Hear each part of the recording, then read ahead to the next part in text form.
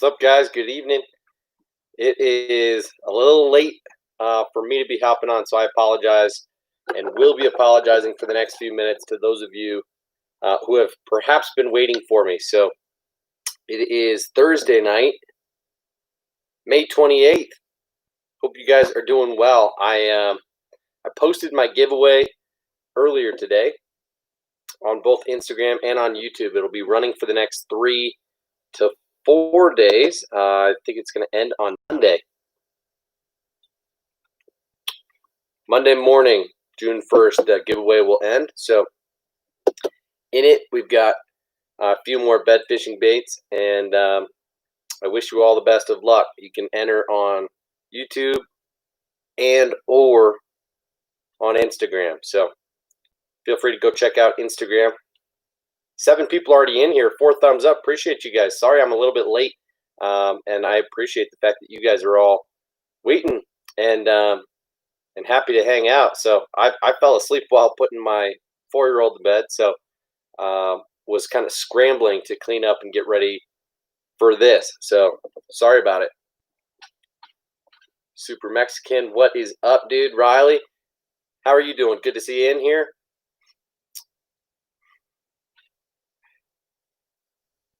Super Mexican, tell me one more time what your actual name is.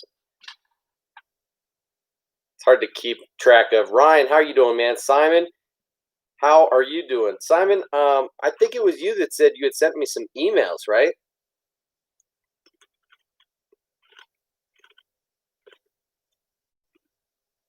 Dude, Super Mexican, you picked up $200 of tackle on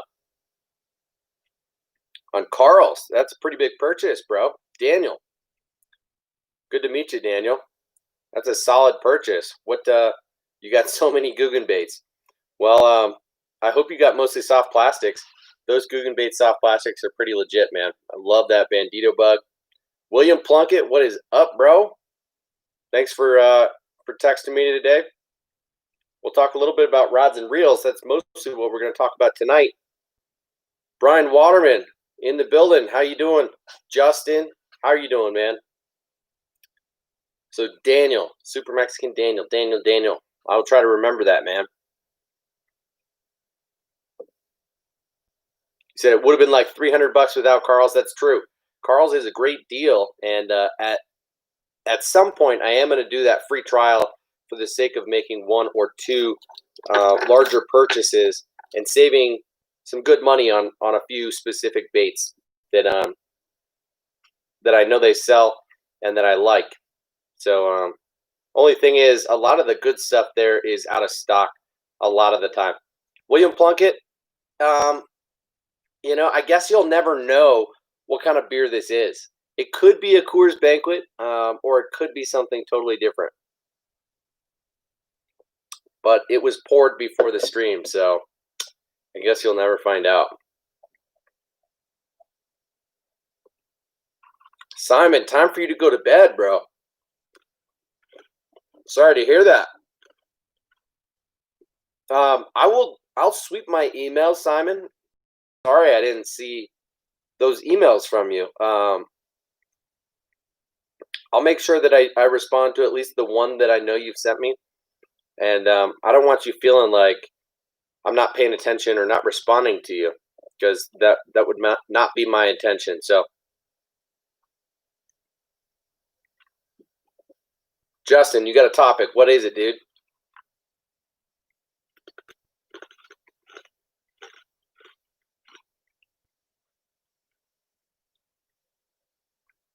So I think it was Brian Waterman's suggestion that we talk about rods and reels, or was it who was it that suggested that we do rods and reels? And spinner baits, that's a pretty good suggestion. Though I think we have talked about it before. I don't throw spinner baits super frequently. I still have, a dozen or so, maybe a little bit more than that, but I have more so opted these days to throw underspins, and so I throw kind of spinnerbait alternatives. And that said, it seems that every time I tie on a spinnerbait, I tend to catch one on it. So it's a good bait, but is a little bit old school in nature and one that I don't love to throw. So we will certainly talk about it at some point, but it's interesting because there's not a whole lot of variation on the market. You know, there's little subtleties when it comes to the blade shapes and sizes and colors, and you know the gauge of wire on the spinnerbait. But other than that, it's pretty straightforward what the bait is. And you know, you could spend a few bucks on a spinnerbait, and you can spend up to 10 or 15 bucks on a spinnerbait, but that's about it. So there's of course, we can talk about trailer hooks. We could talk about trailers, and there are a number of other things we could talk about, you know, when it comes to blade configurations and things like that. But again, spinnerbaits are not really like my deal. I didn't grow up bass fishing, so I'm not as old school when it comes to techniques. I usually like to branch out and try new things, and spinnerbaits are definitely not a new thing. So Riley says, hope those diesel minnows are good. I got 6 of the 2 sizes. Now I'll be throwing those. 6 of the 2 sizes. Which 2 sizes? Because last night I showed you guys a 4-inch, a 5-inch, and a 7-inch of the diesel minnows. And then I showed you the 3-inch of the regular minnows, Riley. So there's actually 4 sizes of the Swimbaits by Z-Man. But did you get the 4-inch and the 5-inch? 6 packs, yo. They are legit Swimbaits. You will like them. But again, you know, it depends on how you rig it. I really prefer to put them on, like the 5-inch, I like to put on a jig head. I like the way that it looks, and I like the way that it swims. But that 4-inch, like I said, I really like as a trailer. Ordered 6 of the 4 and 6 of the 7. What? You got 6 packs of the 7-inch? Are you serious, Riley?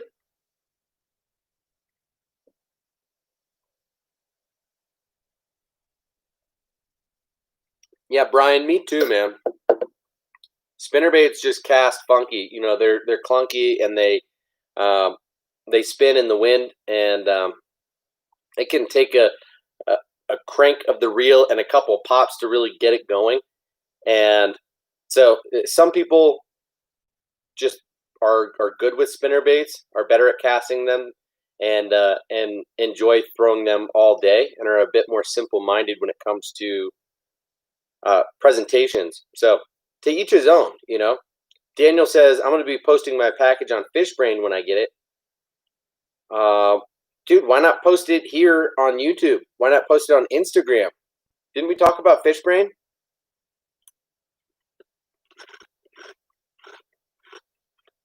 Oh, and I got my first frog ever. First Guggenbait ever. First Ned rig ever. Okay. Daniel, building the arsenal. Good for you, man. Yeah, you said spinnerbaits get tangled in casts with braids sometimes. That's true. Riley says, I'm going to Texas soon. Got to stock up for the tournaments. That's a fact. Yeah, Riley. 7-inch diesel minnows. Those are big, yo. So, summertime, down deep, just slow roll that 7-inch on something like this. Like I showed you, that 6 cents Divine Swimbait head. Or, like I showed you, this is the VMC bladed EWG hook, underspin.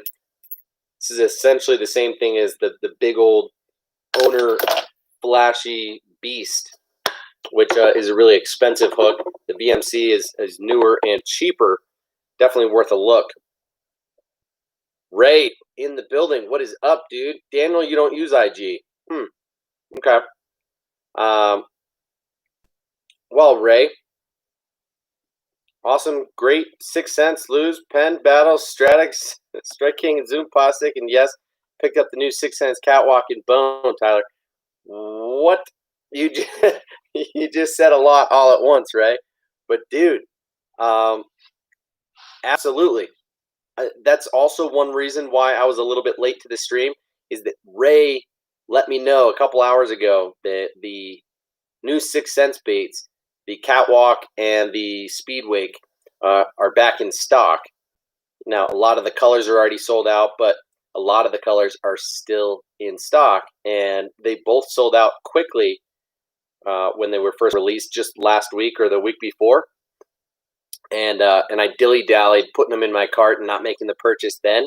So I couldn't help myself but load up the cart again tonight and ultimately pull the trigger. So I also got that bone-colored Catwalk, the Spanish bone-colored, and then I got the Black Magic color Speedwake, and got a Bluegill Fire colored flat 75X, and a pack of Darkwater Bug colored Stroker Craws, and some Divine Swimbait jig heads and some skirts to go with that. Got a hybrid jig, so feel pretty pumped about that purchase from 6 cents. And heck yeah, so appreciate you, Ray. Thank you very much for the heads up on the stuff in stock. Good to see you in here too, man.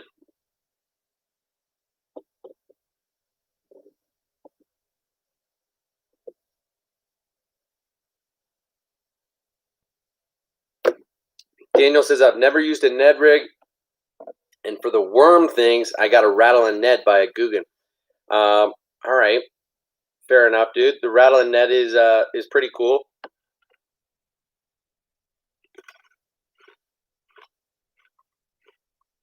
Darren Wu in the house. What up, dude? No problem. Doesn't matter how long you stay, dude. Doesn't matter. Lukewarm, how are you doing, man? Good to see you in here. What are your thoughts on hard swim baits?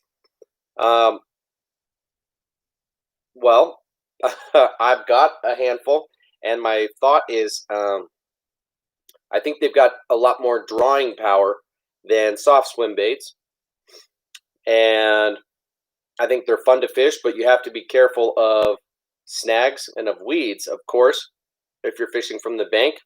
But I think hard swim baits are an awesome way to get followers, to locate fish, and to catch really big fish. So I've got, I'm just kind of dipping my toes in the hard swim bait game and in the soft swim bait game. I like to keep it pretty simple and relatively cheap, at least for now.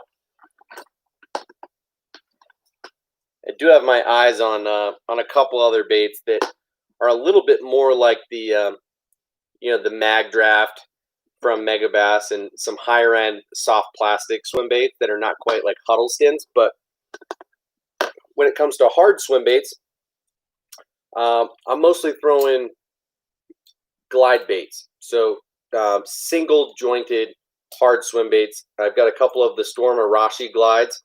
I've got one of the Savage Gear Shine Glide, and a few of the River to Sea S waivers in the 168 size. And then I've got a few multi-jointed Spro BBZ1 swim baits in the 6-inch, and then the new Chase Baits Prop Duster, which is a glide bait, but is a little bit thinner plastic on it, and has a spinner blade on the inside, a prop blade on the inside of the bait. A little bit gimmicky, but cool idea, and actually works and swims pretty well. So This kind of fits into our topic tonight, but here's my biggest thought on hard swim baits is you got to have the right gear to throw what it is that you're throwing. So, like the S-Waver, for example, and this 5-inch prop duster are ones that you could definitely throw on like a 7-foot, 7.5 heavy power fast action rod, and you do just fine. But once you get into some of those other baits that are in the 2 to 3 ounce range, then you really need more of a dedicated swim bait rod and reel setup. So that's the main thing, Luke, is just paying attention to the size of the bait. But I usually wouldn't throw hard bait that's smaller than 5 to 6 inches. But at this point, I'm only comfortable throwing 6 and 7-inch baits. So for now, I'm just kind of trying to build confidence in that sweet spot of kind of smallish hard swim baits, if that makes sense. But I think you have to go after and start with baits that are proven, aren't necessarily going to break the bank or get you freaked out about throwing the bait in the first place. You know, most of these baits cost $15, $20, $30. You know, the Arashi Glide retails at $37, $38, but you can get it for closer to $30, depending on where you shop. And then, you know, the S-Waver and the BBZ1, they both fall in the $20-ish range. So something like that you can throw and not be too freaked out about potentially losing it. But you are mostly going to fish hard swim baits higher in the water column, unless you know that there's not stuff that you're going to get hung up on your retrieve back, unless you have an easy way to go retrieve your bait.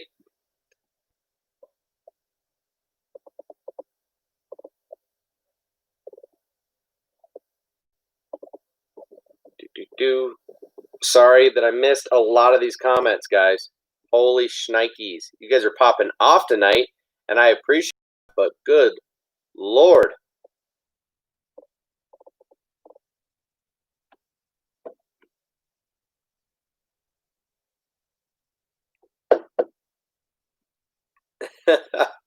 Ray, I hear you, man. You added $50 worth of stuff to the bone just to get the free shipping. I pretty much did too, and that's why I got the Speedwake and was happy to see that it was back in stock.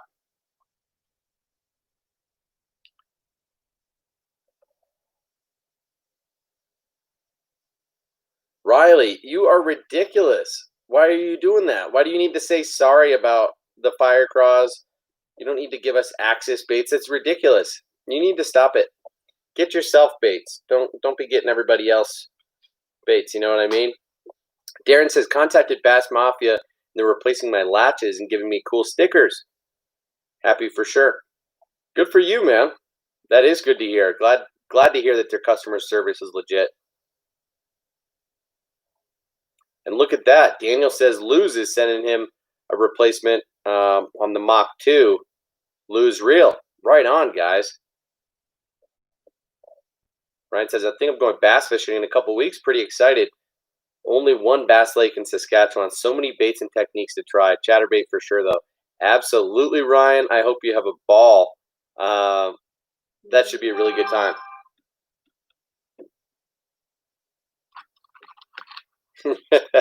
Ray is just always buying that 6 cents action.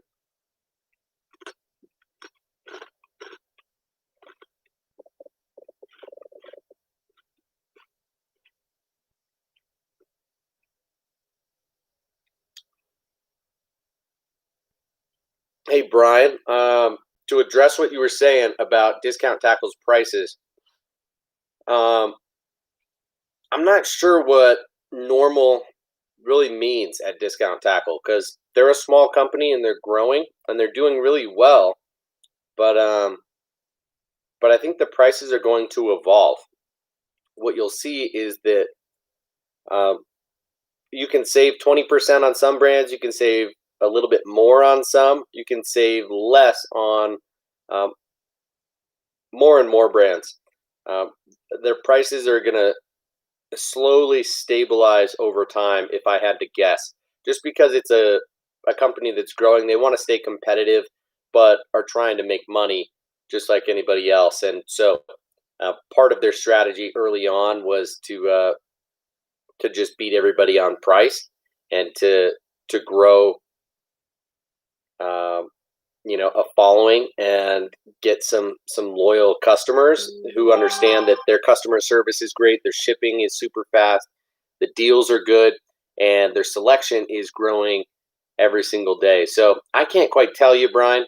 I asked them and got kind of a roundabout type of answer, and so that's what I would say.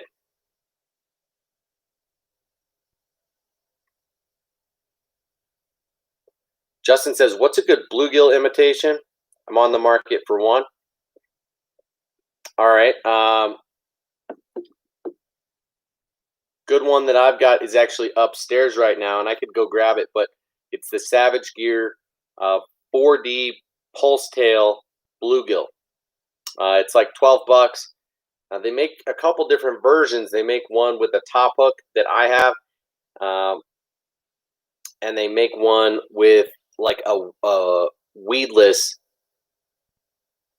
EWG style hook already rigged on there. And so my guess would be the hookup ratio is just going to be a little bit worse on that, but obviously it's going to be a little bit more weedless to throw it kind of anywhere. Whereas the top hook one, you're not going to want to throw into grass. But that 4D Pulse Tail Bluegill is a really good one. I know that Huddleston makes a good bluegill, as does Matt Lures.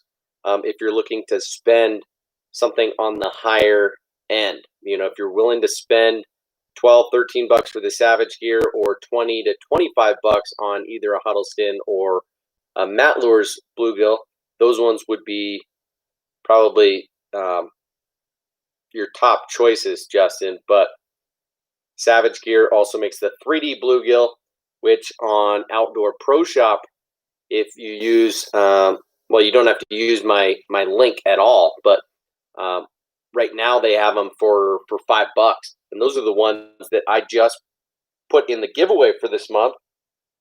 Let me see if I can get my soft swim baits. Where they at?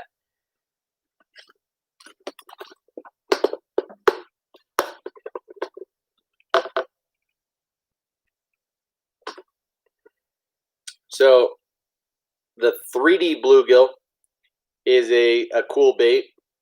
This is a soft plastic swim bait that is double jointed, 4-inch, 5-inch. The 4-inch weighs a little less than an ounce. The 5-inch weighs like 2 ounces, and they make it in some really realistic color patterns. This is like a crappie pattern, and this is obviously a light bluegill with some gold and green, and it has a very wide wobbling action to it. So very unlike the ones that I just mentioned, the Savage Gear 4D Pulse Tail that has no joints and it has a wedge tail like a Huddleston. That thing just swims straight and just has a wagging tail. Just boop, boop, boop, boop, boop, boop, boop. That's all you get out of that. Whereas this one is actually going to swim about, 3 inches left and right of center and wobble. It's going to move a ton of water. So these guys you can get for $5 a pop right now, and they retail for like $15. So go click my link for Outdoor Pro Shop. Check those out. That would be a good place to start, Justin.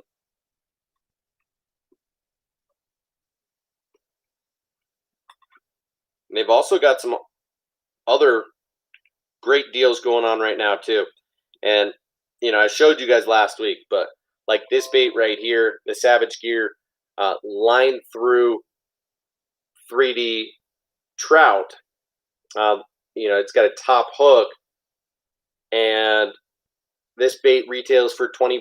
You can get it for like $8 right now. So really, really great deals, and might as well take advantage. But so here's the concept of the pulse tail. They make it in a trout in addition to that bluegill I was talking about, but essentially this is the action that you get out of that pulse tail.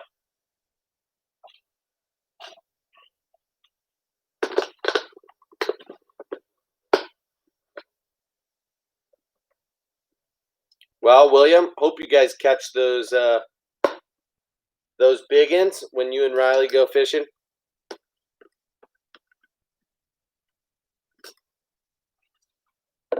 Daniel, that's a good question. Why do some people not like throwing bluegill imitation baits? What do you mean by that?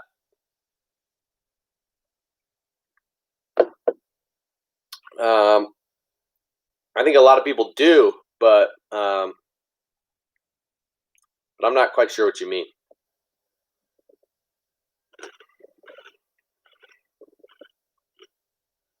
Whoa, whoa, whoa, whoa, whoa. Can't keep up with you, homies. Holy crap. Yeah, hit that thumbs up button, guys. Do me a solid. Appreciate you guys chatting so much.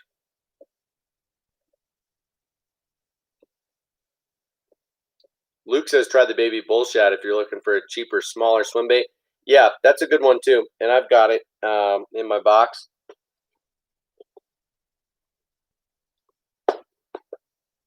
I've been carrying one around recently, so I don't know where it is, but yeah, that's a good bait. Swims pretty well, and I've got the BMC hybrid bladed treble on there, so like that quite a lot. Riley, how much tackle do you get per month?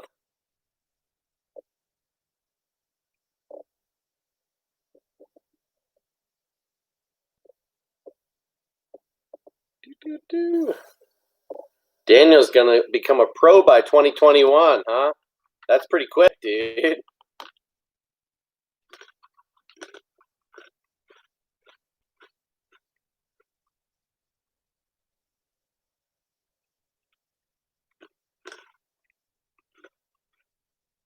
What, Riley? $500 worth of tackle a month? Are you serious?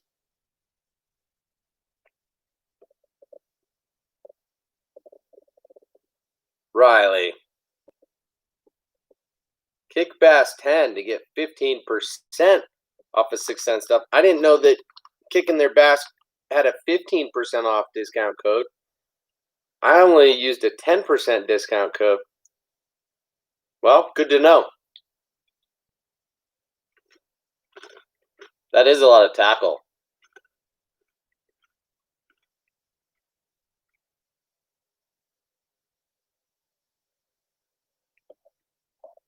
Riley, you're awesome.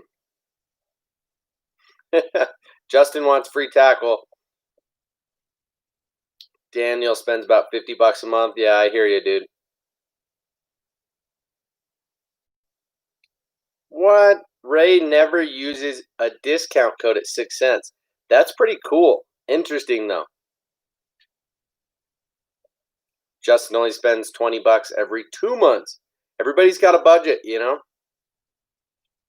Live target topwater bluegill actually looks kind of cool. I'm not sure about that bait. Don't know it, so I'm not going to say anything about it. More like $200 a month, depending on what the juice. And Berkeley is worth that month. Sure. Z-Man has worked its way into your budget, huh, Riley? Totally understand where you're coming from. It was part of my budget for about a year. Yeah, William, we're going to talk about rod and reel combos in a minute here. I forget who requested it, but if you're in here right now and you requested rod and reel combos,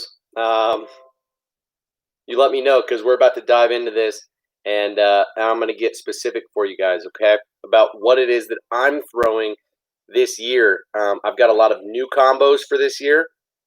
I've really invested a decent amount of money into my rod and reel arsenal for this year. I've probably doubled the number of setups that I have. Not quite, but I've probably added a good 5 or so setups. So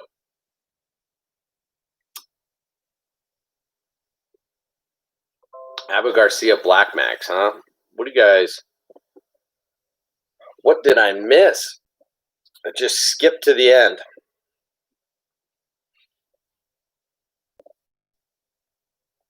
Daniel says I can get Z-Man lures for $4 on Carl's, Chatterbaits for $3.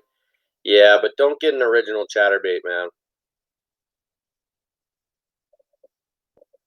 Ugly stick, meh. Casting combo under $100, says Justin. Dang, son.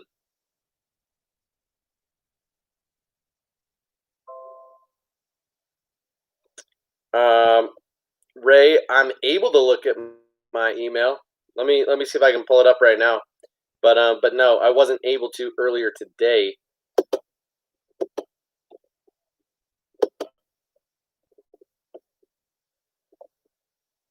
Mach 2's combo is not $100, is it, Daniel?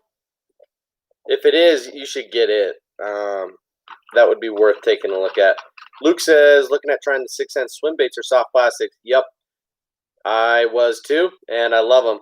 Ray says, start with the Ned Fry. That is a fact. So,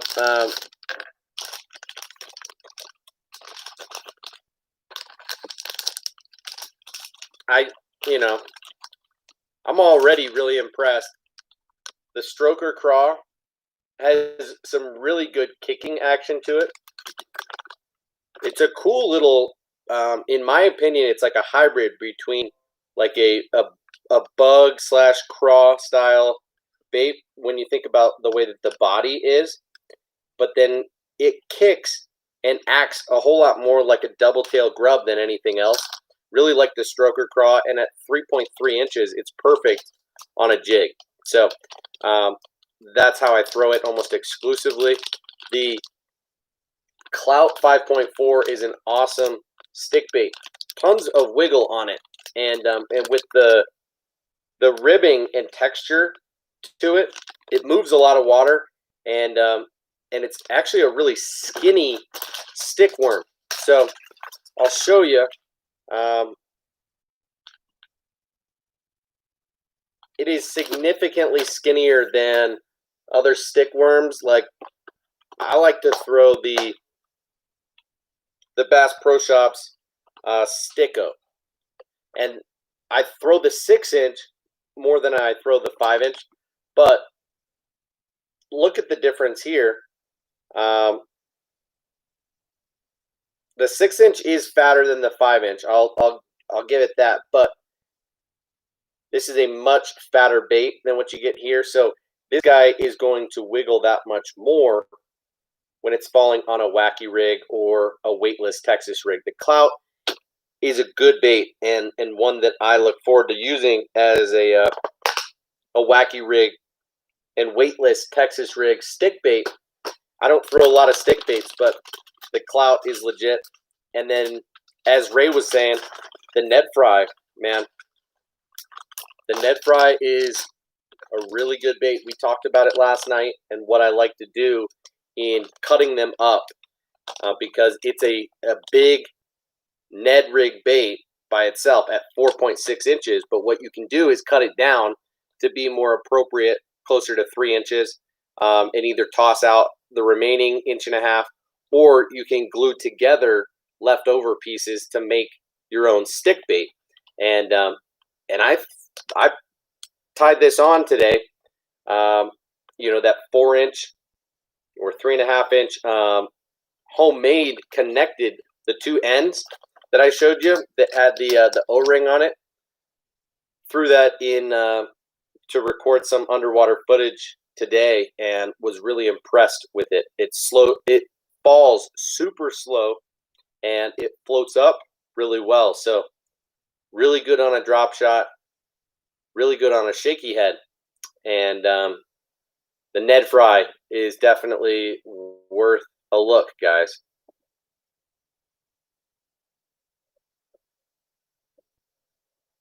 Justin's going to be back in like 15 minutes. Weird. Okay. Yeah, William, I know you said something offline about combos for sure, but somebody requested last night, specifically wanted to know what combos I'm throwing this year. So I decided to do that topic because of that, and I couldn't quite remember who it was that requested it.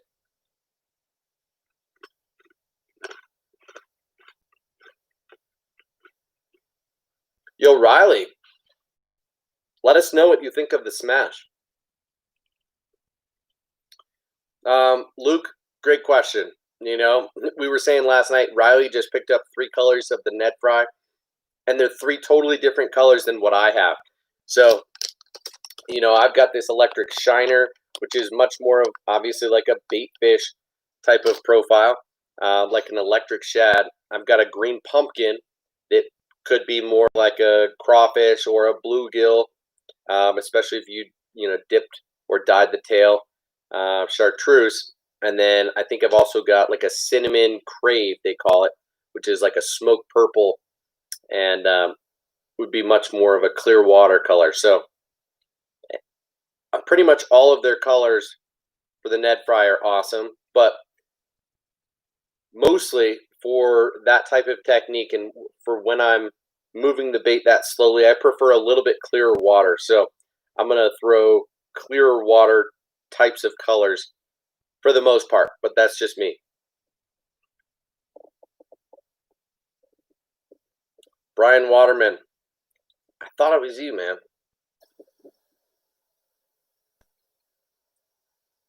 William, I'm going to Parkway.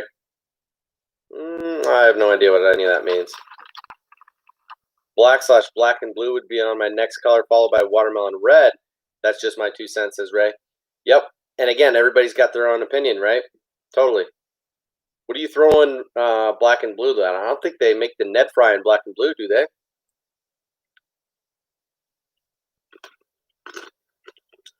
Dick Fitzwell, it's you, dude.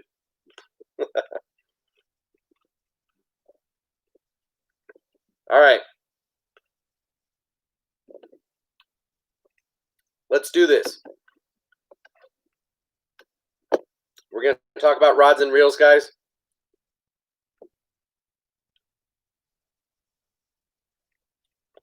Don't worry about it, William.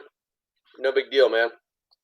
All right, guys. So I'm going to start from the heaviest and go lighter, and then work from that lightest bait caster into spinning rods and reels.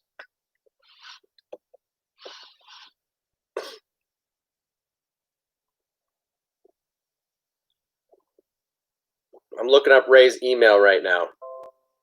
My email has loaded, and I am clicking on his email at the moment.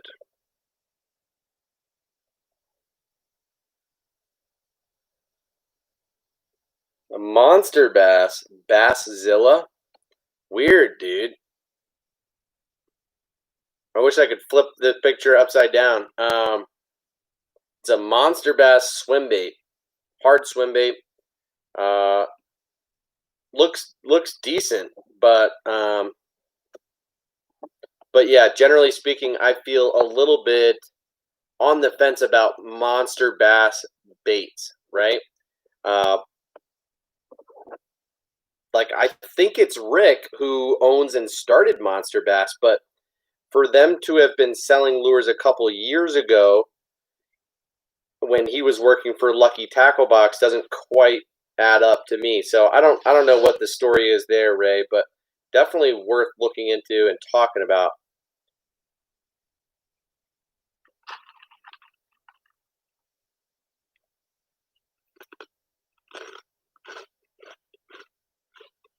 All right, Luke.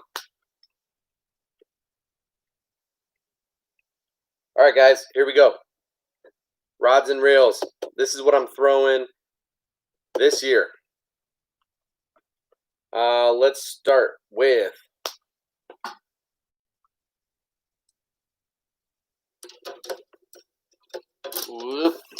I showed you guys this the other night, maybe last night.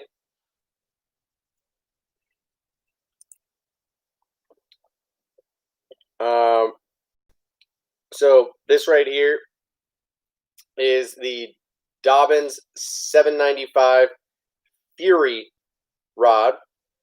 This is a swim bait rod, rated for lures 1 to 5 ounces, made for swim baits, glide baits, and umbrella rigs. It's a medium heavy power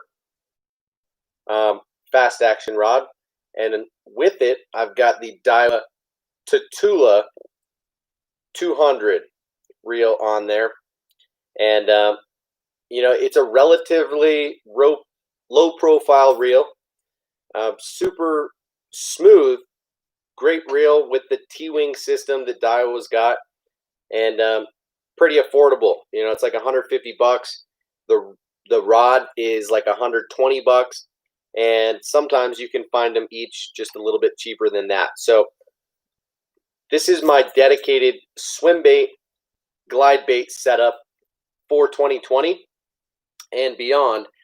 This will, you know, like I said, it throws lures 1 to 5 ounces. So it's going to start being overpowered once you're throwing 4-ounce baits or so. So I'm going to keep it to the baits that I've got right now, and I'm not going to step up to like a bull shad or a triple trout or anything like that that's going to be much heavier and require me to step up to a bigger setup, at least this year. You know, maybe next year I will, I'll get a bigger, you know, either the Dobbins 806 or a, you know, an NRX from G Loomis, or, you know, who knows. But eventually I see myself stepping into bigger swim baits, but that's not my thing yet. Like I said, I'm kind of still easing in. So 1 to 5 ounces, that's my broomstick, and exclusively for swim baits and glide baits. As you see, it's got this long handle, which is awesome for hucking big baits. On it, I've got 65-pound Power Pro V2 high vis braid to a 20-pound monofilament leader, and that is Maxima Ultra Green, and tie a Palomar on there, and I'm using a Spro Power Swivel for snap, hyper snap, I think they call it. So that's combo number 1. Looks like you guys are just popping off over here. 13 people, 14 likes. Appreciate y'all, guys. So Ray says, I did have Lucky Tackle Box when I first moved here. Could that be where it came from? Weird. Yeah, I do wonder if Rick had a relationship with Monster Bass while he was working at Lucky Tackle Box, left LTB and decided to buy Monster Bass. That could certainly be the case, or something along those lines. I don't know.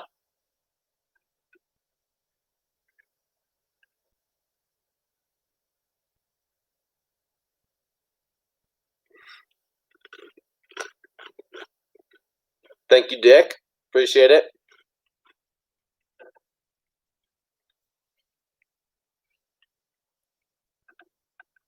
Dang, Daniel. That's weird. All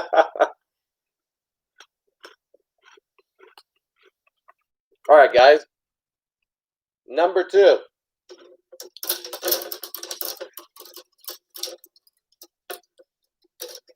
Oh, boy. And first of the Lose products that you're going to see. Oh. I got my setups tangled.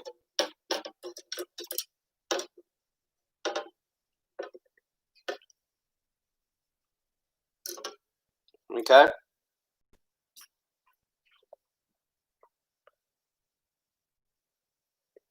Who knows where BJ is? That's a great question, though.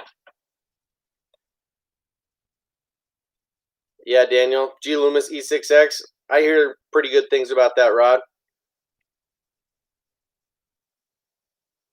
All right, guys. Setup number 2.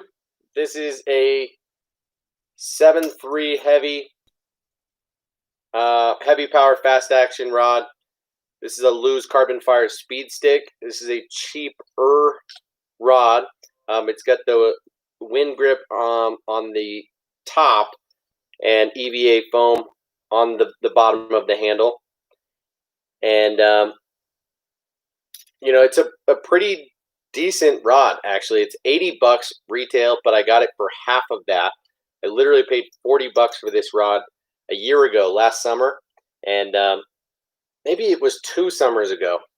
And I have used the heck out of this thing and absolutely love it. So on it, I've got the Quantum Smoke S3 PT reel. I love this thing. Super, super smooth. Casts a mile and backlash is very, very little. It's got 11 bearings and it's got a lot of drag, and it's got a very deep spool relative to the size profile of the reel. So it's a super, super low profile reel, and yet it has, I think, about a 150 size spool compared to a normal 100 size reel. So really cool deal there. Love this reel. On it, I've got 40-pound Red Power Pro braid straight to a Whopper Plopper 110 right now. I would throw some top waters like this. I'll throw frogs on this, even though, you know, that 40-pound braid is perhaps a little bit light. But on this, I will also do a little bit of punching or Tokyo rigging. I'll throw heavier chatterbaits. Now, thing is, I actually have a second spool for this reel. So on it, I've got 15-pound Seagar in Vizex, and on it, I will throw light swim baits. You know, the swim baits that are kind of in the 1 ounce range. You know, say 5-inch swim baits. I'm usually going to throw on this instead of my dedicated swim bait setup. This is just going to load up a little bit more appropriately. This thing is weighted for lures 3/8 to 1 ounce, but it can throw baits 1.5 ounces pretty easily. So I will throw light swim baits, heavier chatter baits, swim jigs, football head jigs, swing heads, Tokyo rig type of stuff on this rod right here, and I will swap between those 2 spools. So this is a very versatile setup for me, and again, it's 7.3 heavy. So that's a big one for me, and that's setup number 2.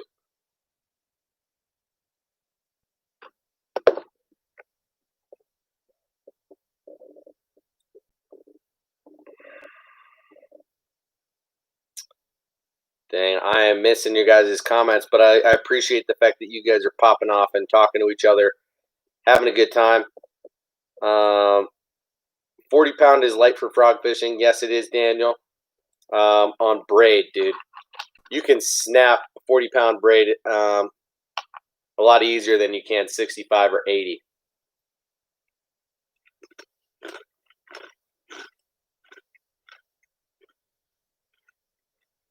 All right, Luke, we'll talk about it, man.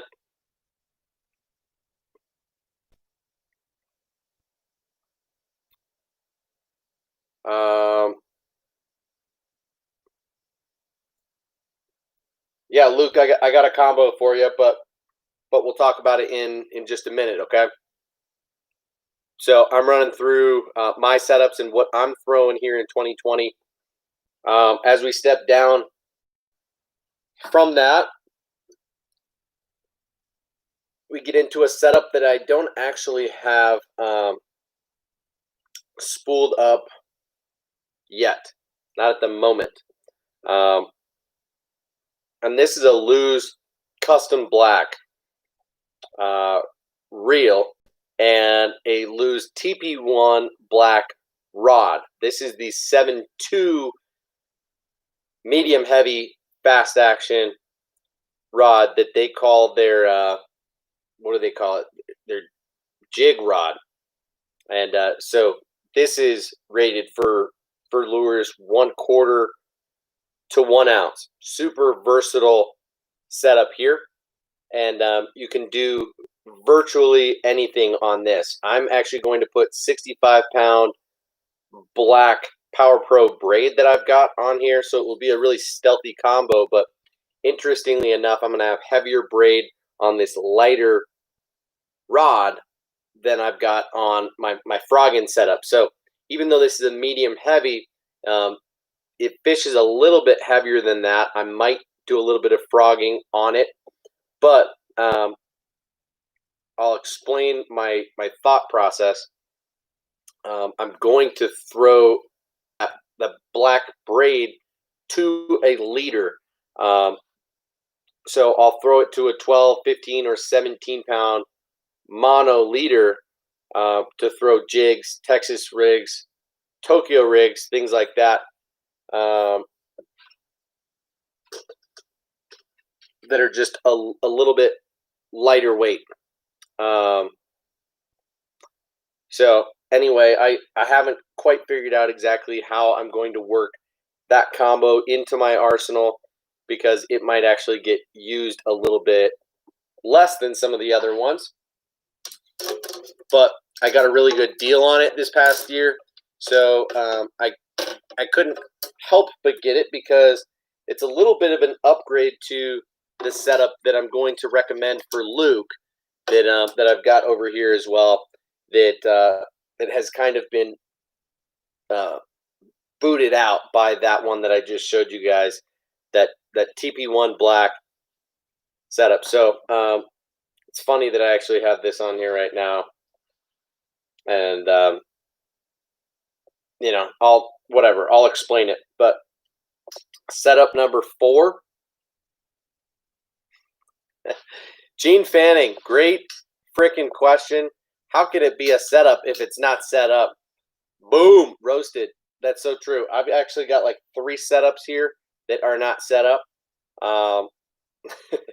So I'm going to talk about like roughly 10 setups that I will be using this year, that rod and reel combos, I should say, not setups, combos. But I'm mostly a bank angler, and I usually take a couple with me at a time. So this is not like I've got a boat and these are the 10 rods and reels that I've got on the deck of my boat at all times, if that makes sense. So this is just the, as Riley says, the roster of rod and reel combos that I will be using this year, not rod and reels that are already set up and being used for the year. So kind of strange the way that works out. Setup number 4, combo number 4, is a Lew's Mach 2 combo. I had this reel last year, and I found the rod this year super cheap. So funny enough how that worked out, that I was able to find each piece individually on sale or on clearance just at the right time. So I actually really like this combo here, the Mach 2. And I find that it's lightweight, it's sensitive, it's obviously flashy, pretty good looking, and it gets the job done. This is their crankback series, so it's a 7.3 medium heavy moderate. So my thought was to get this rod and make this setup exclusively for chatterbaits. Okay, this is my chatterbait setup for 2020. I will also throw heavier or bigger crankbaits on this, but I'm going to have 15 or 17-pound fluorocarbon rigged on this the majority of the time. Right now I've got 15-pound just red label Seagar on there. And funny enough, I've got a ribbit, baby ribbit toad on there. I was throwing a swim bait. So I was throwing a chatterbait, and it wasn't getting the job done. I swapped over to the bluegill colored chatterbait, that Brett's bluegill, that I absolutely love, and wasn't getting any bites on it. And I only had 2 combos with me, so I had fluorocarbon and I had Braid, and I was throwing lighter weight lures on the spinning setup with Braid, and didn't want to tie this on at the moment. So I had this hook, which is a 5/0 owner twist lock, and a swim bait tied on there, and wasn't getting any bites on it. So I put on this toad and was just burning it on the surface. So ordinarily, obviously, I'd throw this on Braid or monofilament, not on fluoro. But combo number 4 is my chatterbait setup. It's 7.3 medium, heavy, moderate, and I absolutely love this guy, despite it really being a technique specific setup. So my swim bait setup and my chatterbait setup so far are the ones that are really very, very specific. Frankie says, I want a Carbon Light 2.0 combo. Yeah, those look pretty cool. I was looking at those as well, but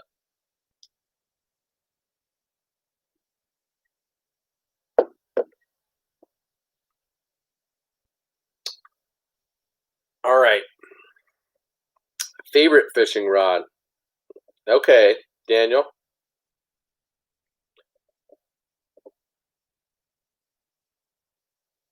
Riley says, I have a couple, they fit in your hand, they're not too heavy. Do you mean the favorite rods, or do you mean Lou's reels?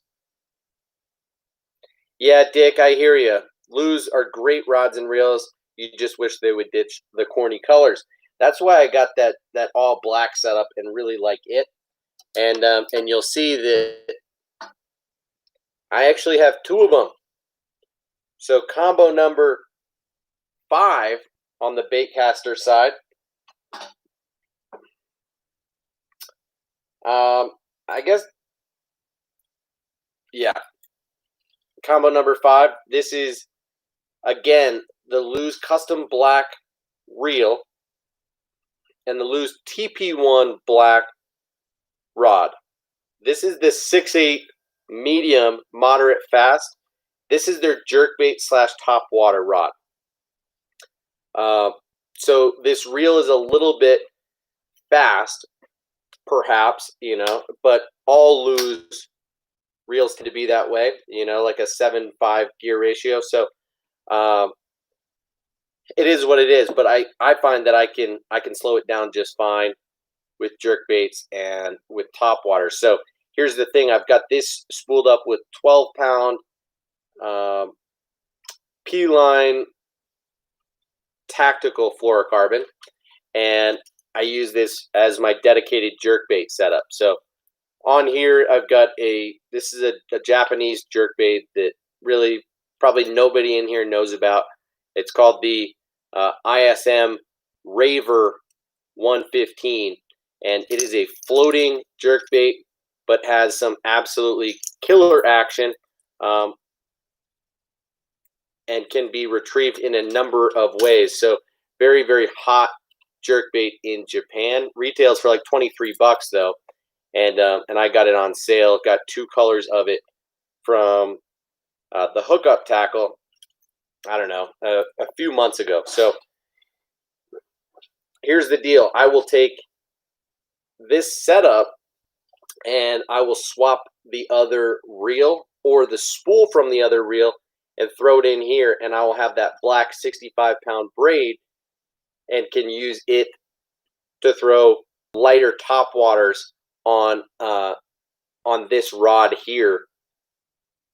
So this rod is rated for 1/8 to 1/2 ounce. So I will throw some buzz baits and some lighter ploppers and some lighter or smaller walking baits, maybe some poppers when it comes to top waters, but otherwise this is going to be my jerkbait setup. So yeah, Dick, when it comes to Lou's, they do make some things that are not so flashy and colorful, and I really like that TP1 black and the custom black. So check those out, dude.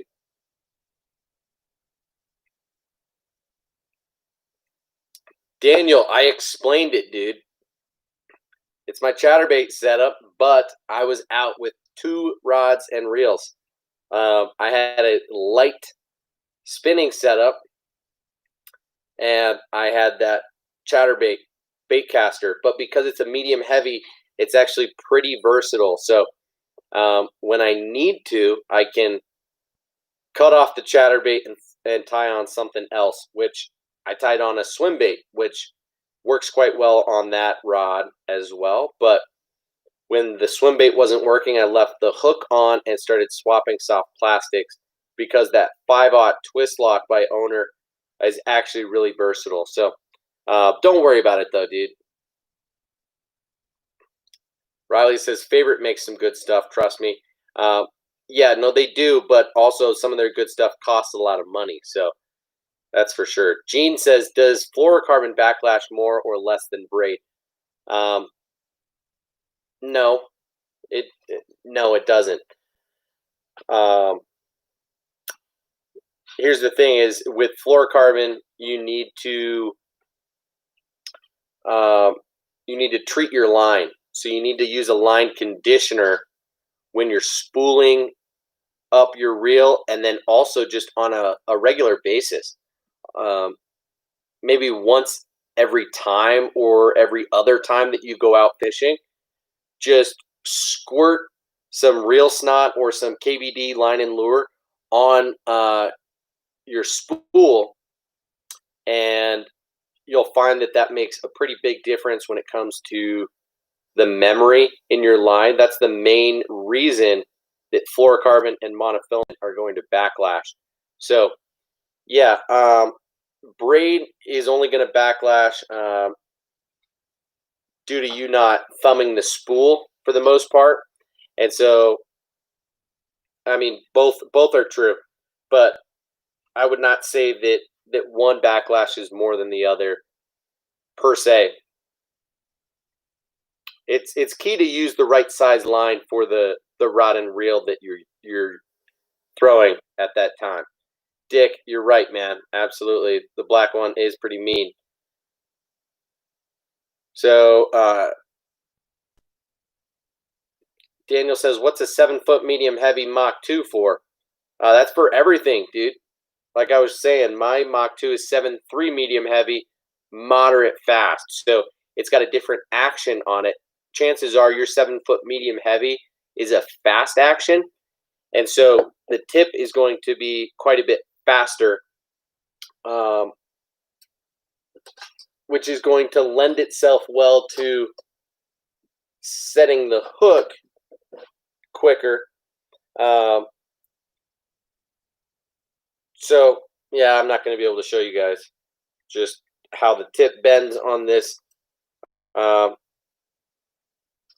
this medium heavy moderate of mine, but usually you want a moderate taper on an exposed hook or treble hook baits, and you're going to want more of a fast action on Texas rigged or baits where you're going to want to set the hook quite a bit harder. So hope that helps answer your question just a little bit.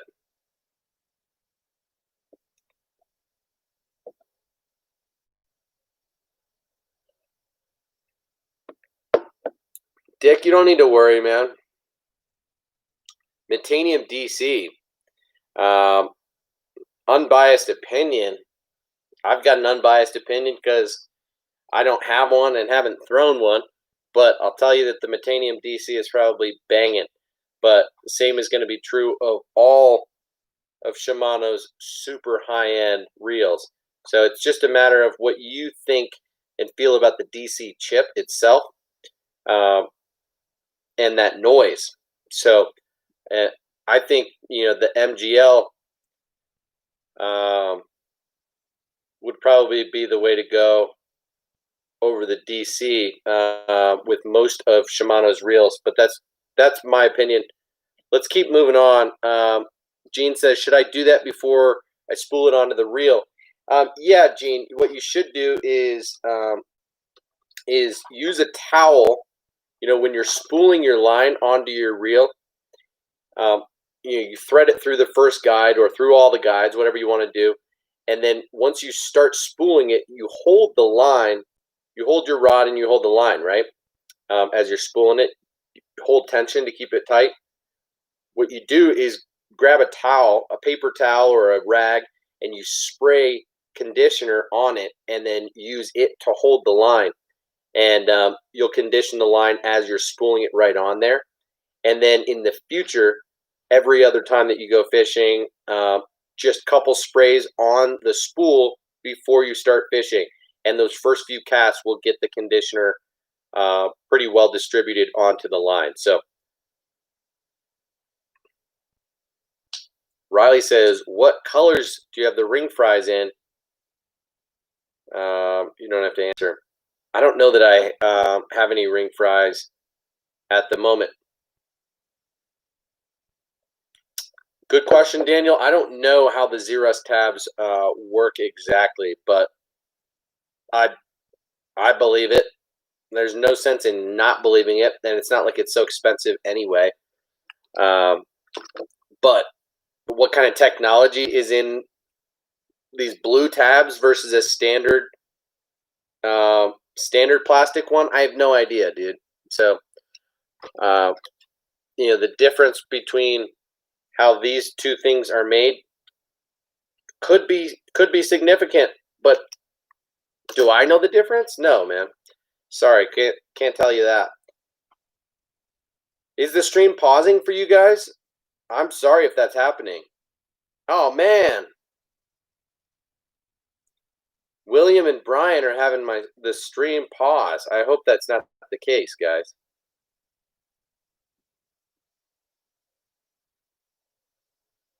And what, Riley?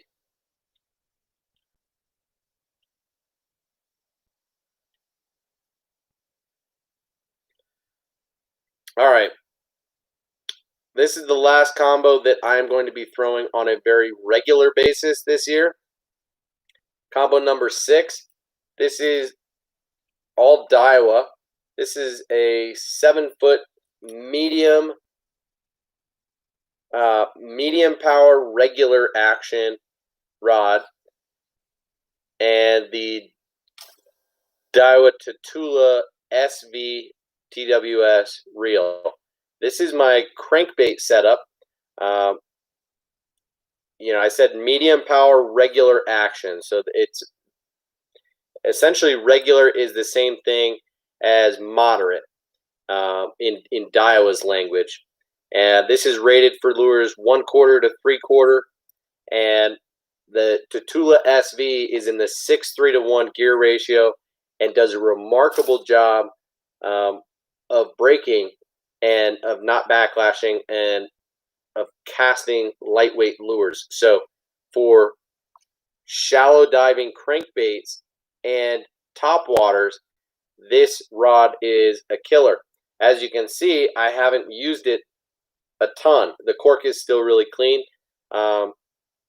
Hopefully I can change that soon. I've thrown a handful of crankbaits on this so far, but it's been one of those years where the bodies of water here have been super crowded, and I've been kind of forced to fish more ponds than would be typical, and the weeds have grown up pretty quickly. So I'm not throwing crankbaits nearly as much yet, but I am going to throw like some of my wake baits and other things on that as well. I've got 12-pound P-line tactical on there as well.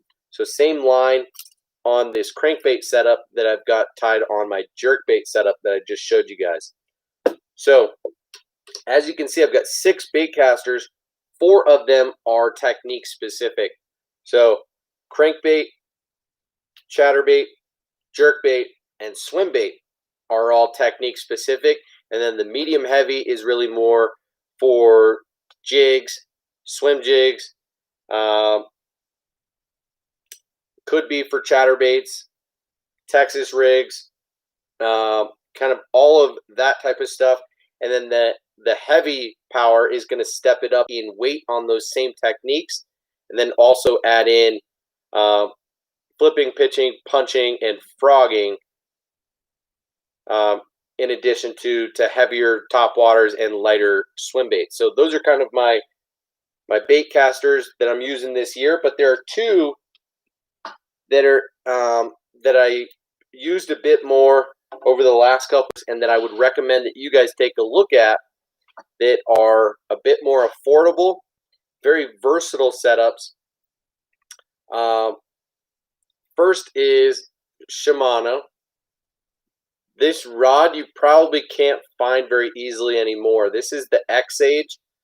Used to be the $100 price point rod. You know, it's got cork up top, EVA foam down below. Very lightweight, very sensitive for the price point. Absolutely love this thing. This is a 610 medium heavy fast, and was my workhorse for the last 2 years by a long shot. I've actually cracked some of these guides a little bit. Need to do some maintenance on it. And paired up with it, I've got the Shimano SLX. This is the standard 151.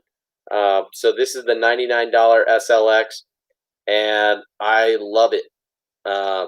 Really, really like this combo. I think you could just get an SLX combo. You know, full retail price would be $200.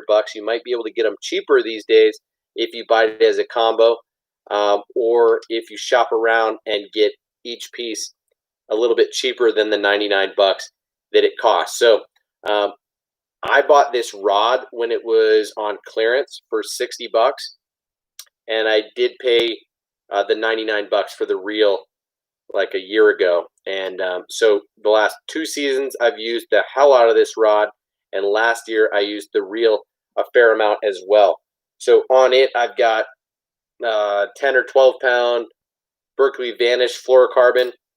On it right now I've got a Texas rig, lightweight, kind of an 1/8 ounce tungsten bullet weight with a 3/0 or 4/0 flipping hook. Or no, that's not a flipping hook. That's just a Mustad grip pin, EWG on this Rage Bug. And so that's a great lightweight budget combo. That's very versatile. And the other one that I've got that I'm going to suggest that you seriously consider is this guy. So this is the Lew's Laser Pro. It's the same thing as, you know, the Speed Spool LFS. I think it retails for like $120. Not sure if they still make them, but I got it when it was on sale for like $80. Really nice, cast super well. I haven't had any problems with the reel. Really like it, you know, and it's not flashy. Only thing is the handles that come standard on it are very basic. So you do kind of have to get these grips, which you can buy cheap from Cabela's, Bass Pro, Tackle Warehouse, anywhere, just to add a little bit of tackiness, something to grab onto when you're reeling, especially in the rain. So this falls into the category of $100 reel, and I absolutely love it. If you can find it cheaper, great. Super, super low profile, big handle, good drag, casts well. Once you get it dialed in, the settings on it, it's a dream of a reel. Now, the rod that I've got it paired up with is the Abu Garcia Vengeance rod. This is like a $50 rod, so it's a cheap rod, but it's actually pretty decent. The blank is fairly strong. It's 24-ton graphite, and you can find this thing at Walmart, and I will say it's okay, right? It's got EVA foam grips. It is not the lightest rod in the world, but it's got a good hook keeper, and a good reel seat. It's got pretty good guides, and I haven't had any issues with the guides except for the tip top guide. When throwing braid on this rod, that tip top guide is susceptible to chipping, and then your line will get frayed, and you'll break off, and you'll have frustrations with that. So I have had the issue, like some people have had, of having to replace that tip top guide on a Vengeance rod before. But for $50 on the rod and $100 for the reel, this $150 combo. This is a 7-foot, medium heavy, fast, 15-pound fluorocarbon, and you can do pretty much everything you need to with this. I've got, a 1.5 rattling square bill on there right now, and it does just fine. Might be a little bit stiff for throwing most crankbaits with treble hooks, but a square bill will work just fine on that. So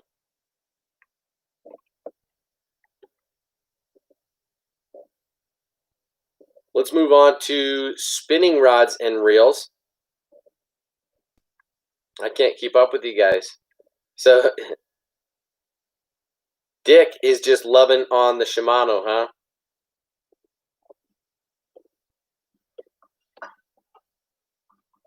Daniel, got a piece out of here, huh? Hope you have a great rest of your night, man. Appreciate you hanging out for a little bit.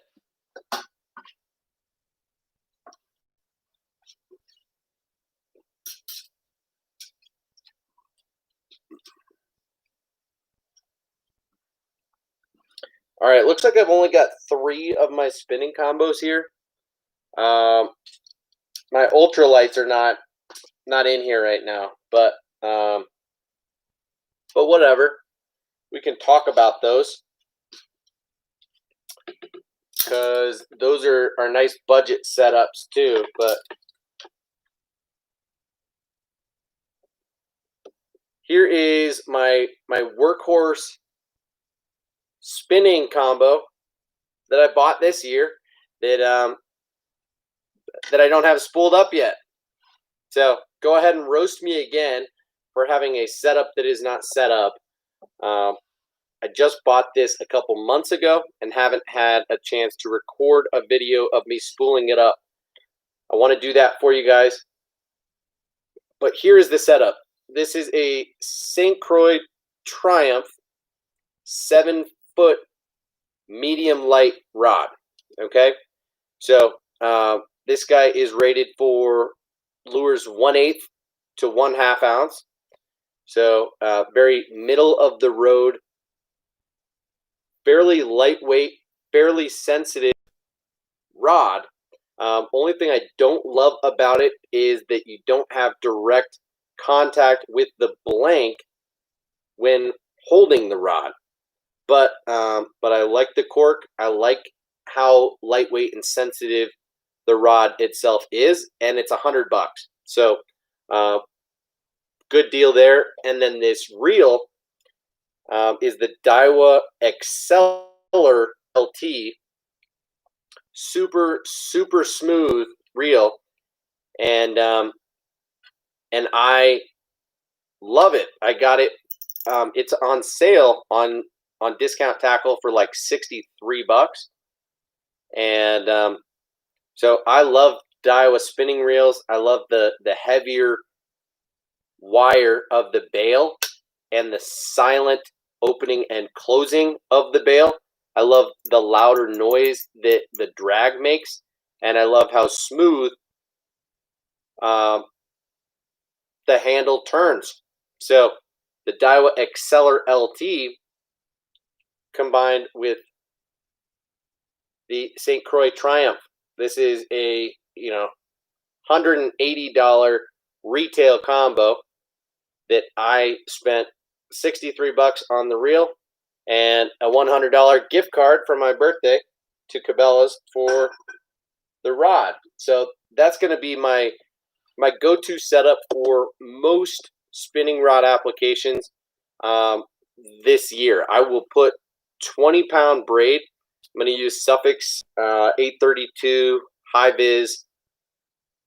yellow braid on there, and then I will tie a leader to that. So I'll use 10-pound mono for, lightweight jerkbaits or for shaky heads, and I'll use 12-pound mono for crankbaits. I'll throw a wide range of stuff on this relatively lightweight setup. Then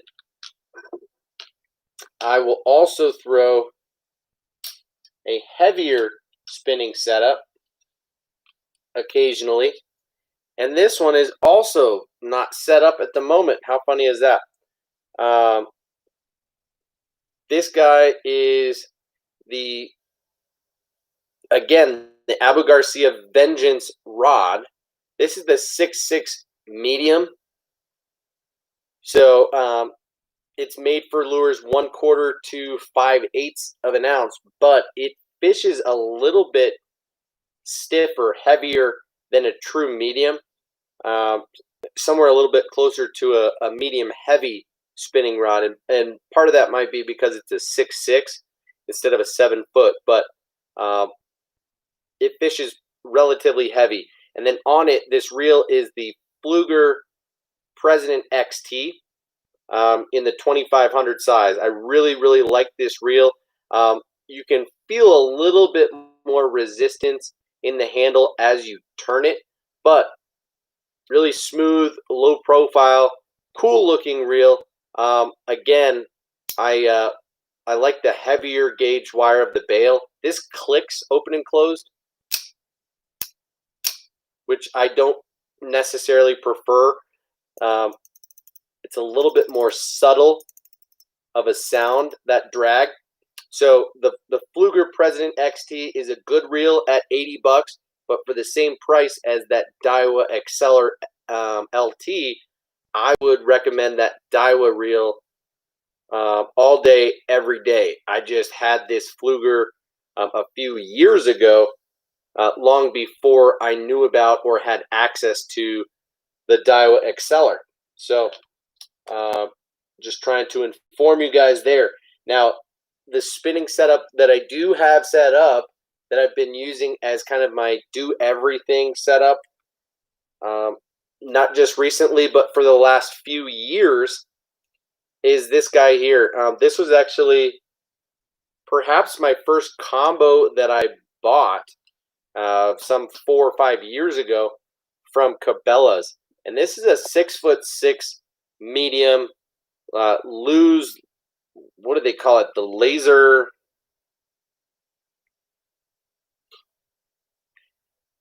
Laser RZ carbon speed spin. So this is just a 3000 size reel with a 6-speed gear ratio. So a little bit faster gear ratio on these spinning reels, and that's my preference. If you can find a spinning reel with a 6-speed instead of a 5-speed, that would be my preference. Most of the time, I usually do prefer a 2500 size spool to a 3000, but very similar between the two. You do get a lighter gauge wire on this Bale here, but for the most part, I really like this thing. It's not the smoothest in the world. It's a $100 combo that was on clearance for $50 at the time. I think I bought it around the time of the Bassmaster Classic some 4 or 5 years ago, and it was 50% off. So on it, I've got 10-pound Power Pro red braid to like a 10-pound monofilament leader right now, and I've got that flashback mini chatterbait that we talked about yesterday.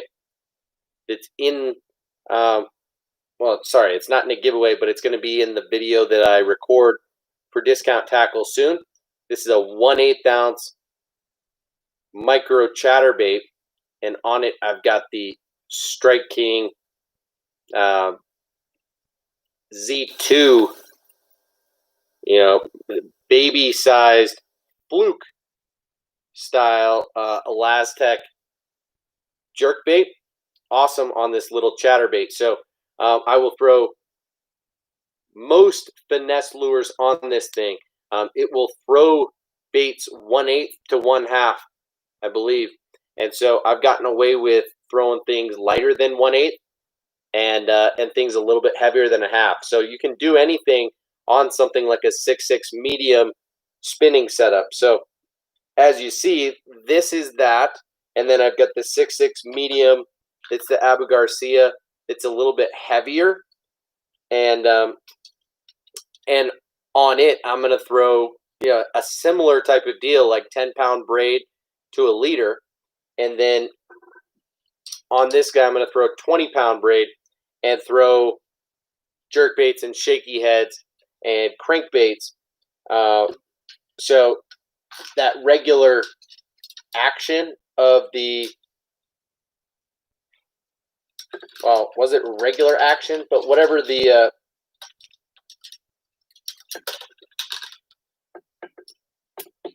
this guy, the St. Croix is a 7-foot medium light fast action, but the fact that it's medium light means it bends quite a bit. So a little bit more appropriate for, say, the treble hook baits like the crankbaits and jerkbaits that I'll be using. So those are the main setups that I'm using this year. Sorry to go on for so long and to not respond to your guys' comments. I'm going to try and catch up real quick, and then we'll sign off here in the next 10 or 15 minutes here, most likely. But I am ways away from where you guys were, so sorry about that. Gene says, I have a Stella that won't spool, and now it feels like there's a mashed potatoes inside. That is super unfortunate. I wonder, I can't quite answer that question for you. Not that you asked a question, but I don't know why it would feel like there's mashed potatoes inside, or why it wouldn't spool. And that's unfortunate. I'm sorry to hear that, Gene. No, Justin.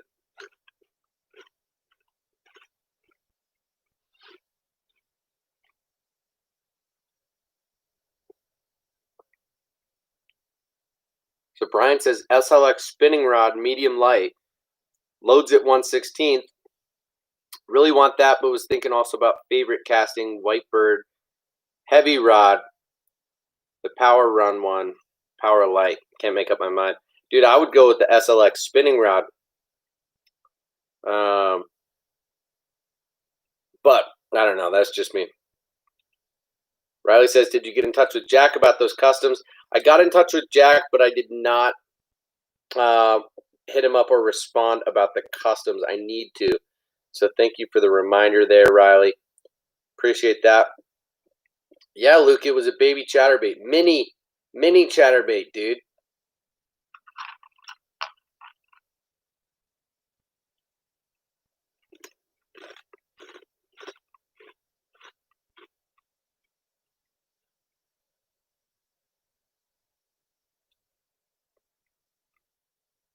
Riley, that's interesting. You won a Zebco black and blue custom grip handles.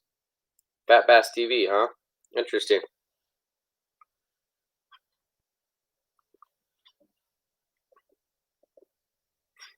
Ray doesn't drink Bud Light, guys. He doesn't drink anything anymore.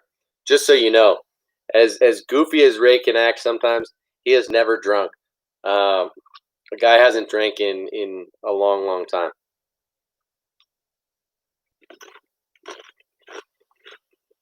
No problem, Dick.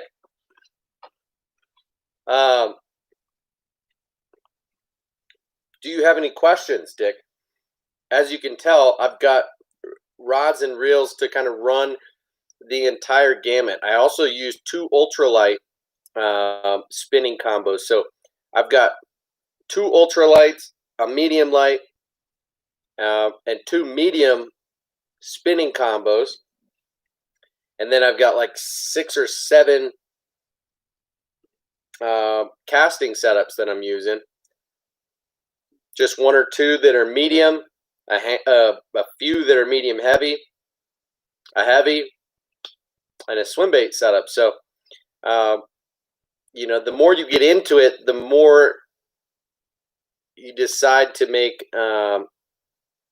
individual purchases on technique-specific setups. So rod and reel versatility is a big deal, especially when you're starting out and when you're fishing from the bank, which is why I was saying some of these you know, medium heavy setups that I'm actually not throwing as much this year have been my workhorse setups for the last couple of years.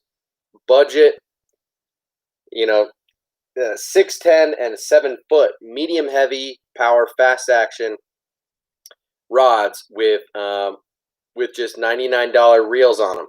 I've got the Lew's Speed Spool and the Shimano SLX on some cheaper rods, and so you just throw a medium heavy rod with a cheap reel, and you're good to go. But cheap within reason. You know, I would not go buying a $30, $40, $50 reel and expect it to be great. You know, the Abu Garcia Black Max is about the only thing that's going to be decent.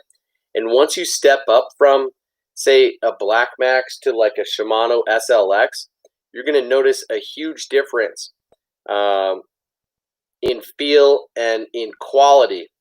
Now, longevity is another thing altogether, right? Some people are going to maintain their equipment much better than others, and some of it is just up to chance. But for the most part, you're going to notice that when you spend a little bit more and when you buy things from proven brands like Shimano or Lew's or Daiwa, you know, Daiwa doesn't really have an entry level, a cheap setup, but Lew's and Shimano do, you know, and so those would be great routes to go if you're just trying to get into bait casters.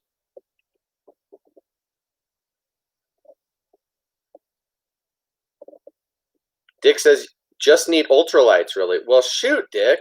I'm sorry I don't have them on me, man, because I've got 2 ultralight setups, and they're both pretty cheap. So we'll talk about those in the future. I'll make sure to bring them down. But one of my setups is like, you know, $100, and the other is like $70. And so I have one that's 8 feet long. That's more specifically for trout and for casting lightweight lures a long distance. And I have one that's in 5'5" ultralight that is more for creek fishing and skinny water and tight casting, but also for light lures, just for shorter casts, more accurate casts. So it's almost a different topic, but I'm sorry that I didn't get to work those in, man. William, appreciate the kind words. No problem. I'm glad to hear that you've learned a lot, dude. No problem. Brian says eBay's selling the SLX medium light spinning rod for $69. Would you order a rod on eBay? It says it's new. Yes, I would. People can't lie about that. You know, so if you receive it and it's not new, you can return it, no problem. I would not worry about that. I would just double check that the person selling the rod has good reviews and has sold rods before. You don't want to run the risk of them not being good at packaging a rod, and then you receiving it broken and having to deal with that. So that can be a little bit of a hassle. I've received broken rods in the mail before, and just from main brand companies, you know, Tackle Warehouse and Dick's.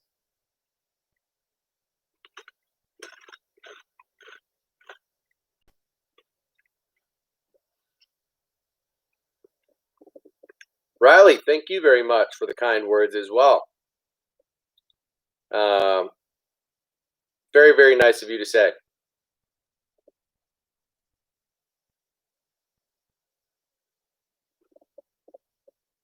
I try to be a good mentor, Justin. That's my hope and my goal here with this channel. So Appreciate you saying that, dude.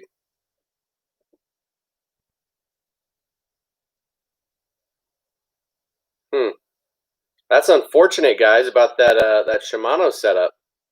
Don't buy fishing stuff off of eBay, says William. Well, got to do what you got to do. You know, that's unfortunate. It is better if you can buy them in the store. If they haven't been shipped around multiple times, it's ideal if they've gone kind of straight from where they were made to where they're being sold. In an ideal world, but usually that's not what happens, you know. Daiwa arid rods are cheap, but are they any good? Great question, Brian. I don't know that. I just noticed that. I'm pretty sure they're newer, and when I said Daiwa doesn't have any cheap rods, you know, I was wrong. I guess when I normally think about Daiwa, they don't usually have much in that category of cheap or affordable stuff. So my guess is that the arid rods are pretty good, but that they're looking to cut corners where they can. So I can't quite tell you. But Dick says the Air XD are amazing for the price, and Academy has them on sale for $37.49. That's a great deal. Dang.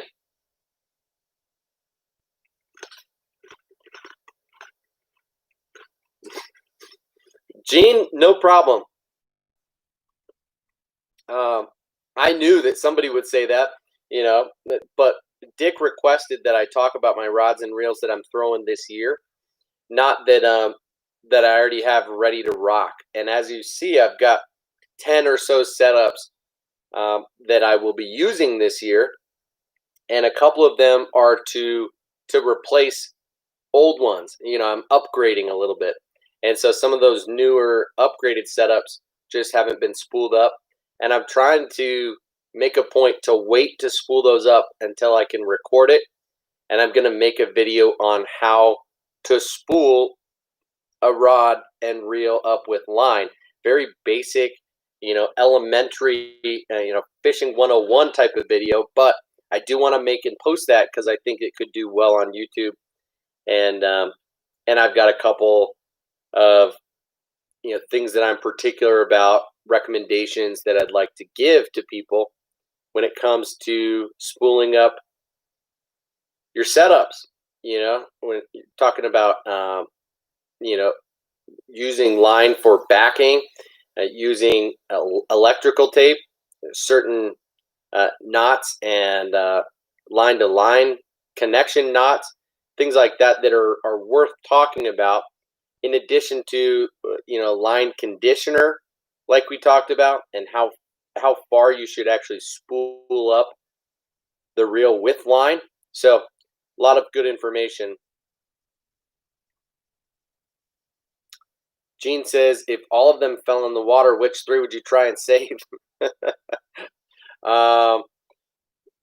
a great question. I would try to save the Daiwa setup, the shallow crankbait.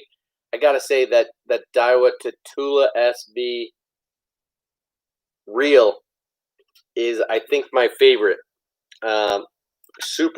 Super impressed with the way this thing handles. It is not the lowest profile of the reels that I use, and I usually am pretty particular about that. Like I like a low profile reel, and I like a big handle, and yet this thing is just a little bit bigger in the hand and has a slightly smaller handle. This is between a 90 and 95 millimeter handle, and just a slightly bigger bigger reel in the hand. That's why they made the Tatula 100, is that it palms just a little bit better than the old Tatulas and the Tatula SV. But the way that the Tatula SV casts is incredible, and it's just a beautiful reel as well. So that's definitely one. Probably my swim bait setup, and then probably my you know, my Lose and Quantum. That Quantum reel I am also super in love with. that Quantum Smoke S3 reel. You know, it retails for like 170 or 180 bucks, but in my opinion, it's worth every penny. Just like the Tatula SV is worth every penny of the $200 that it costs. So those are probably the three. What are you guys talking about, making baits? Yeah, go ahead and send me homemade baits, says Justin. William says, I made one. It turned out pretty good, actually. Right on. Yeah, go for it, guys. Make me some baits and send them my way. That would be interesting. Riley said that's what she's doing. What?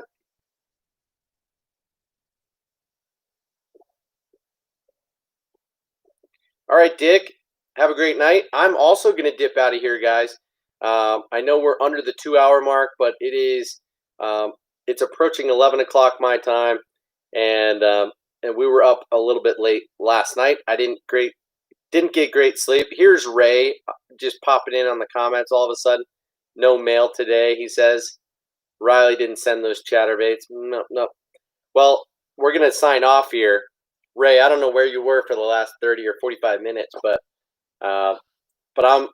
I'm dipping out of here. Ray, thank you so much for the heads up. If anybody else is interested in those new baits from 6 Cents, go hop on there. Use the code that Riley was saying, Kickbass15. What did you say, Riley? The 6 Cents Speed Wake and the Catwalk are brand new baits, and they're awesome. And definitely worth a look, worth a try, and they're selling quickly. Toilet line, says Justin. Yeah, you are, Ray. I appreciate it. Guys, if you see awesome deals out there, if you hear about new products being released, or you see things in stock that I should know about, let me know. I would really, really appreciate that. Feel free to text me, email me, whatever. Send me a DM or call me on Instagram video. Do what you got to do, but I'd love to know about that, and I really, really appreciate Ray getting the access baits and giving me the heads up on the new catwalk. So super cool stuff. Had a fun time with you guys tonight talking about rods and reels, and I will probably be on tomorrow night as well.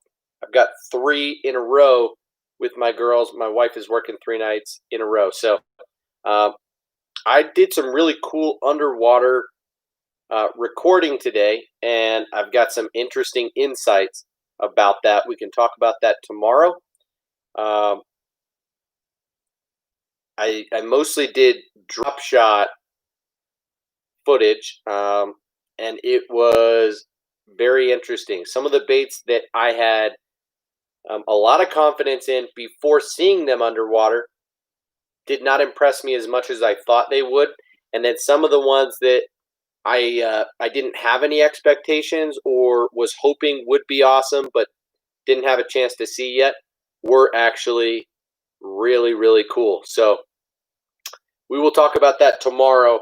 You know, the Berkeley power bait water bug, for example, really cool bait, especially on a shaky head. The missile baits Ned bomb on a drop shot was really, really cool. And I've got a few other observations like that I think you guys might find really interesting. So, you know, that Strike King Ned Cutter worm, I had kind of not been that excited about just from holding in my hands. I've gotten really excited about the Ned Ocho, which is a little bit more of a dead sticking bait. And I like that Rage Ned bug because it looks cool, but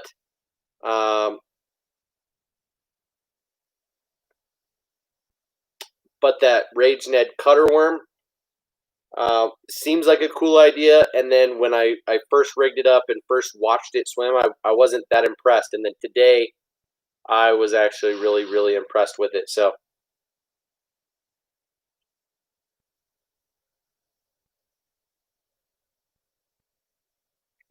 Ray, what are you talking about, man? I say every stream I need to get with you, and then it's... Are those crickets? Yeah, maybe it is crickets. I'll get with you. And I do respond to you a little bit more now than before. But anyway, guys, really appreciate you hanging out.